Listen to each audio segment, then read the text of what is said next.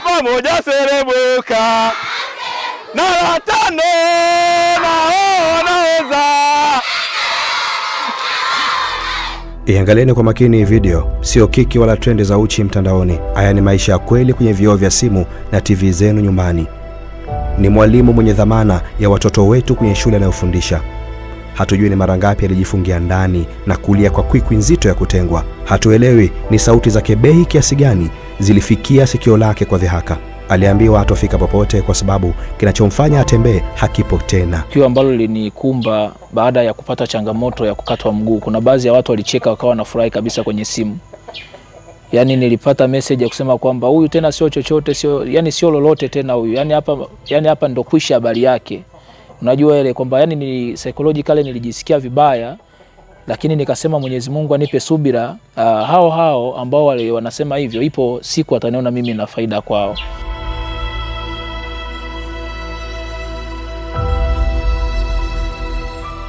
Sababu kuna mtu alikuja akasema mbele ya mke wangu, alisema kwamba huyu hawezi tena kufanya kazi yoyote.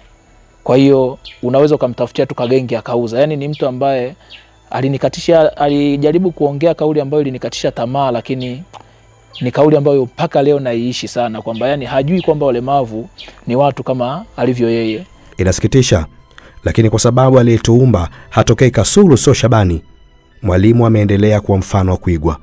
Kwake kukata tamaa ilikuwa ni wimbo uliokosa kiitikio kinachoridhisha. Ukimkuta mbele ya wanafunzi wake, ni wewe ndio utajiuliza umeifanyia nini jamii yako. Wala saba na wanaweza. Na la sita na wanaweza. Tonobo. Wabaka chini serebuka. Wekwa pamoja serebuka. Na la tano na wanaweza. Ukimwona akifundisha, utamsifu Mungu na ugawaji wake wa baraka ambazo hazijawahi kuisha. Angekuwa sio mwenye matumaini ya kutosha na kesho yake, labda angeshaacha kufundisha na kuishia kuombaomba ili adhalilike. Amechagua kwa kioo kwa kila anayemtazama kwa jicho la kujifunza. Video ya mwalimu huyu ikalijibu swali lako, we mwalimu mzembe. Ni kipi kisingizio chako? Wanasema ni kheri ukutane na mwanajeshi mwenye kila silaha, lakini sio adui asiye na shabaha, lakini anaipenda kazi yake. Nyuma ya simulizi hii, mwalimu huyu anamtaja mke wake kama shujaa wake wa maisha. Ni yeye aliyekuwepo wakati dunia nzima inazungumza lugha mbaya kwa mumewe. Nilikuwa na moyo ambao mpaka sasa hivi najiuliza nilikuwa na nini ndani yangu, sipati jibu. Ila nilikuwa naongea tu na Mungu wangu, kama Mungu ndio umepanga awe hivi, basi mimi binafsi napokea. Kuna hiyo siku tulienda kwenye hiyo shule ambayo alikuwa anafundisha private.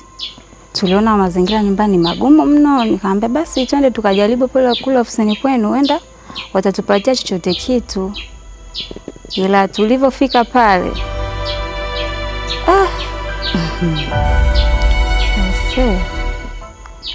naweza kujikuta kuna kauli, kuna mtu alitoa katika viongozi wake, akasema wewe tena hapo ndo basi, kazi ya walimu wewe achana nayo. Aliyechagua furaha ya mumewe akaipigania kwenye dunia ya kiza. Tunaposhauriwa tuoe mwanamke anayetaka kuwa mke na sio anayetamani kuwa na mume, kupitia hili naweza kuelewa. Kile nilokuwa nampatia kiuhalisia, kumtia matumaini, kwa sababu hali aliyokuwa amepitia, angekuwa mtu mwingine huenda angekuwa kashaondoka, kashamkimbia. Ni upendo, kumhurumia pia, na ile hofu ya Mungu iliyokuwa ndani yangu, kwa sababu nilikuwa najiuliza hivi, nikisema nimkimbie mimi mwenyewe kesho yangu naijua?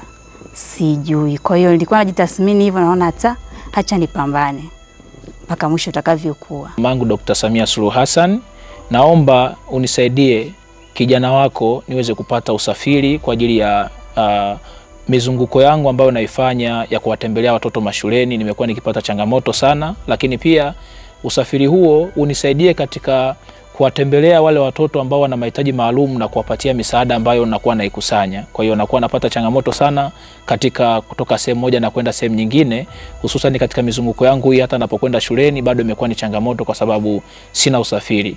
Lakini pili, Mheshimiwa Rais, naomba ikikupendeza unisaidie niweze kupata mguu ambao naweza nikautembelea. Mara ya kwanza nilipata mguu, lakini mguu huu umekuwa teknolojia yake iko chini sana kulingana na jiografia ya huku, kwa hiyo umekuwa ukinisumbua sana.